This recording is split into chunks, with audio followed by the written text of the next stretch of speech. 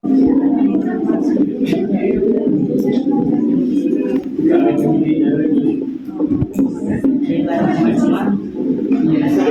warahmatullahi wabarakatuh. Waalaikumsalam warahmatullahi wabarakatuh.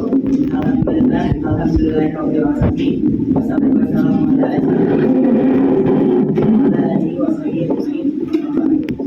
Pertama-tama adalah kita panjatkan syukur atas kehadiran Allah Subhanahu wa taala, di mana berkat rahmat-Nya lah kita dapat berkumpul di kelas yang berbahagia pada pagi hari ini. Salawat beserta salam telah kita panjatkan atas ke baginda besar Nabi Muhammad Sallallahu Alaihi Wasallam, di mana berkat beliau membawa kita dari alam dunia menuju ke alam yang lebih baik.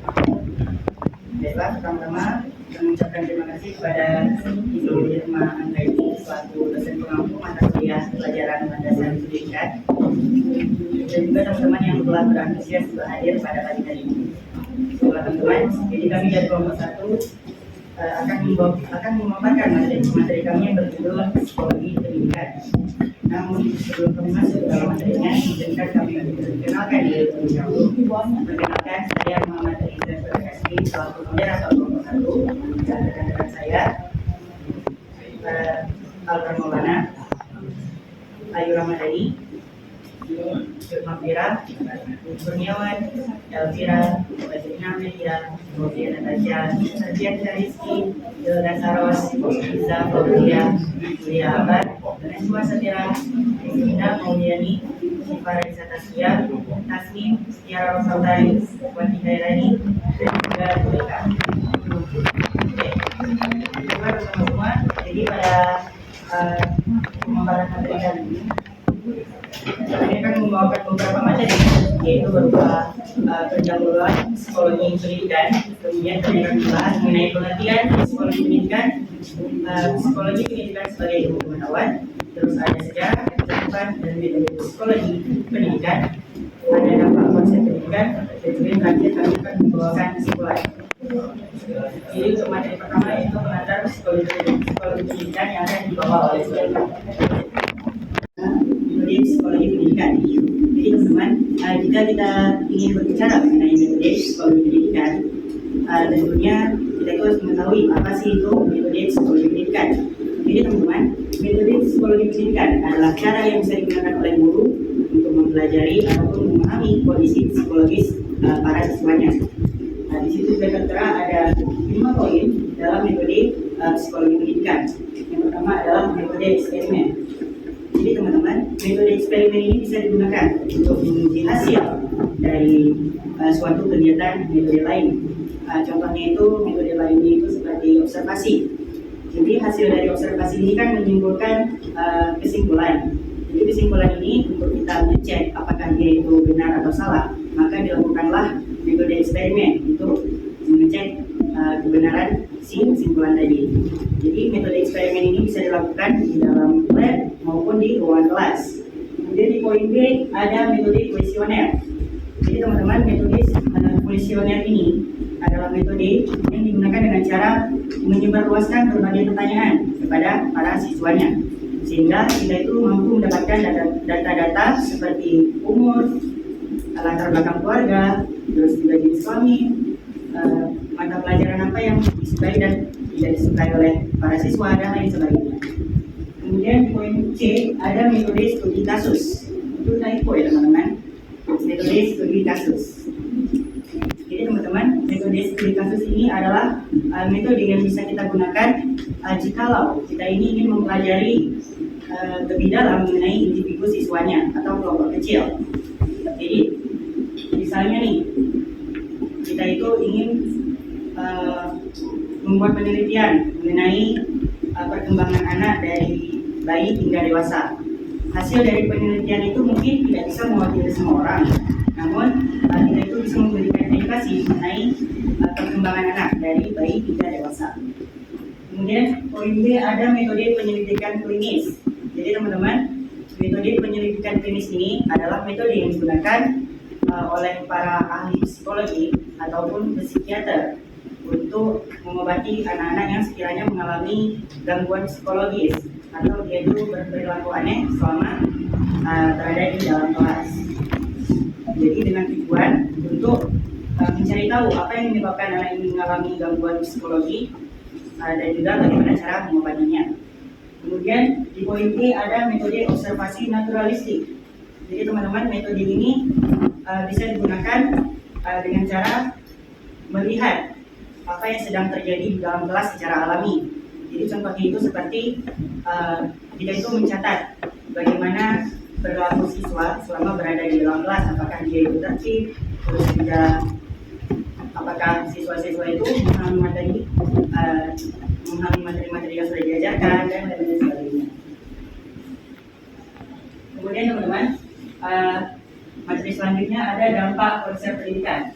Yang dimana teman-teman,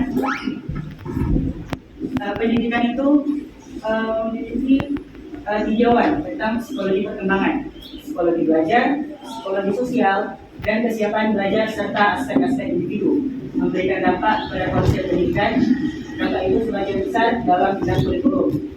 Sebab materi pelajaran dan proses belajar mengajar itu harus sejalan dengan perkembangan cara belajar, cara mereka mengadakan kontak sosial, dan kesiapan mereka belajar. Jadi teman-teman, psikologi itu memiliki hubungan langsung dengan pendidikan, yang dimana dengan kita mempelajari mengenai psikologi, yaitu mengetahui materi apa yang harus disampaikan ketika anak ini sudah dewasa.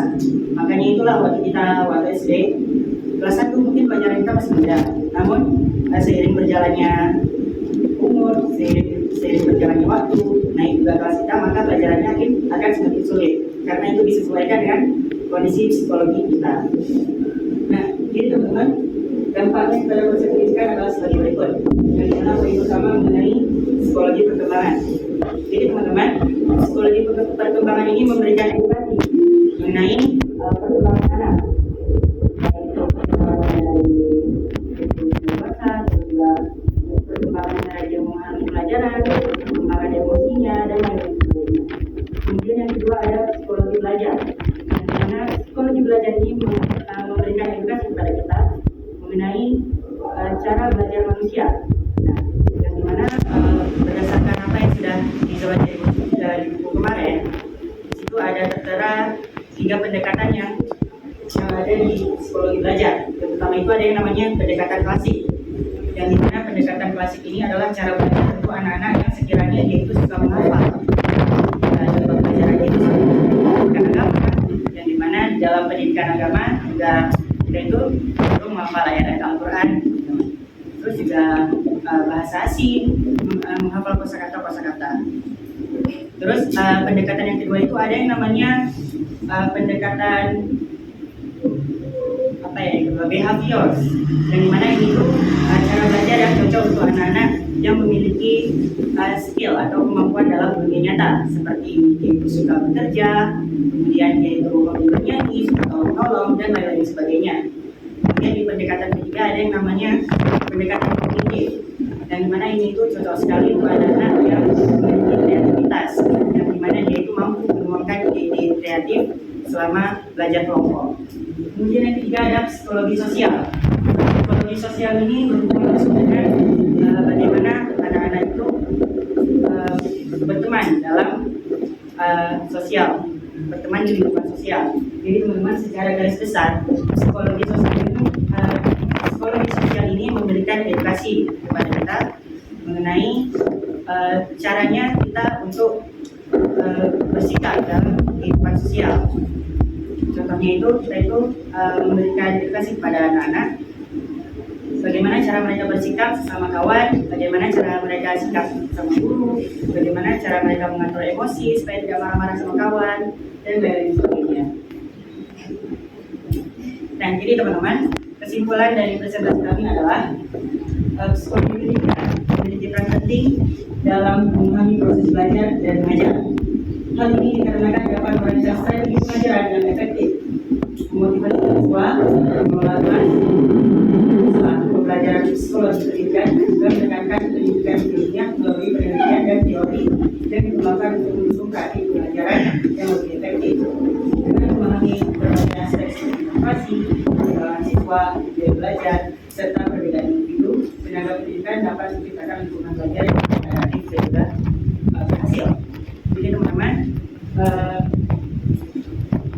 kita ambil kesimpulan dari situ tadi bahwasanya pendidikan itu psikologi itu memiliki peran penting dalam pendidikan, yang dimana dengan guru mempelajari psikologi, guru itu dapat memahami tindakan-tindakan yang dilakukan oleh siswanya, sehingga hal ini dapat membuat proses pembelajaran menjadi lebih efektif dan juga menyenangkan. Oke, baiklah teman-teman semua, sekiranya hanya itu yang bisa kami sampaikan. Menurut kalian, metode apa yang seharusnya digunakan? Menurut saya itu, ya, saya pernah merasa guru itu tidak sesuai dalam mengajarkan pelajaran. Karena kalau saya pribadi itu, kalau misalnya gurunya memberikan teori saja tanpa membawakan praktik langsung, itu susah untuk bisa pahami. Tapi kalau misalnya gurunya membawakan praktik langsung, mungkin akan lebih mudah untuk bisa pahami gitu. Jadi dalam kondisi seperti ini, mungkin metode yang saya gunakan itu seperti metode observasi naturalistik, dan dimana guru itu bisa mencatat bagaimana dan apa yang diharuskan ketika siswanya itu merasa tidak mengerti mengenai mata pelajaran yang telah disampaikan. Terus juga metode lain yang saya gunakan itu metode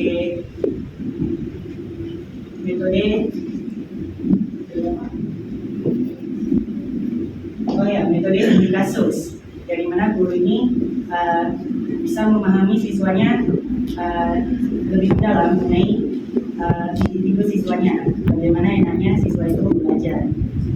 Jadi dengan guru ini memahami siswa dan juga siswa ini memahami guru, itu mampu membentuk proses pembelajaran yang lebih efektif dan juga menyenangkan. Sekian sekiranya yang bisa kita sampaikan. Apakah Ustaz Imam bisa menerimanya? Baik, terima kasih. Jadi, jika pendidikan dibutuhkan untuk siswa, negara menentukan lingkungannya. Kenapa? Karena pendidikan tidak hanya untuk kebutuhan pribadi siswanya, tapi juga untuk mencetak warga negara yang siap hidup di masyarakat. Jadi negara bikin kurikulum itu agar ada standar nasional. Jadi semua siswa itu punya bekal dasar yang sama. Terus pendidikan bisa membangun karakter kebangsaan dan nilai-nilai bersama, seperti Pancasila, sejarah Indonesia, dan lain-lain. Terus ada menyesuaikan dengan kebutuhan pembangunan negara. Misalnya butuh tenaga kerja di bidang teknologi nih, maka kurikulum disesuaikan ke arah itu juga. Tapi sisi lainnya, ini kadang jadi masalah kalau kurikulum terlalu kaku dan tidak mengikuti kebutuhan individual siswa. Makanya sekarang muncul model kurikulum merdeka, di mana siswa dan guru punya ruang lebih untuk menyesuaikan proses belajarnya. Nah, jika pendidikan diperuntukkan untuk negara, kenapa siswa harus bayar? Idealnya pendidikan sebagai hak warga negara seharusnya gratis dan dijamin negara. Dan di Indonesia sudah diusahakan dengan sekolah negeri gratis, yaitu KIP, BOS, dan lain-lain. Tapi dalam praktiknya, anggaran negara terbatas, jadi tidak semua fasilitas bisa ditanggung sepenuhnya. Terus ada biaya tambahan di luar pembelajaran, misalnya seragam, ekstrakurikuler, ujian, dan lain-lain. Banyak sekolah swasta yang tidak dibiayai negara, jadi memang mengandalkan biaya dari siswanya.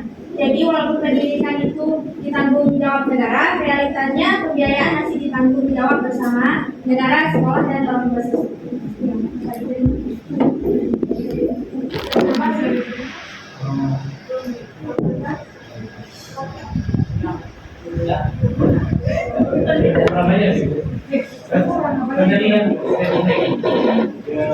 Pendidikan itu untuk menyesuaikan dengan tenaga kerja yang dibutuhkan.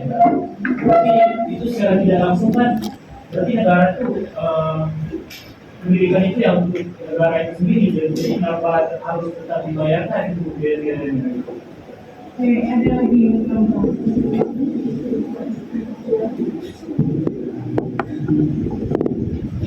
Saya nggak bilang sama orang. Kalau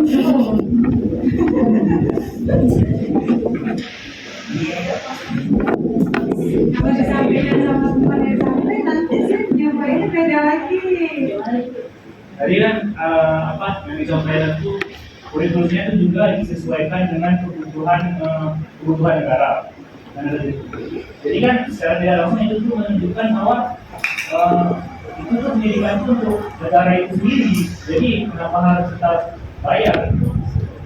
Berarti kita harus kita bayar sekolah kan? Ya. Karena kan seperti ini, dia bilang tadi dana yang disalurkan pemerintah itu nggak cukup untuk daripada teman-teman. Sekiranya tadi yang bisa kami sampaikan dan bisa kami jawab. Apabila ada kekurangan dan kesalahan kata, kami ucapkan mohon maaf. Assalamualaikum warahmatullahi wabarakatuh. Waalaikumsalam.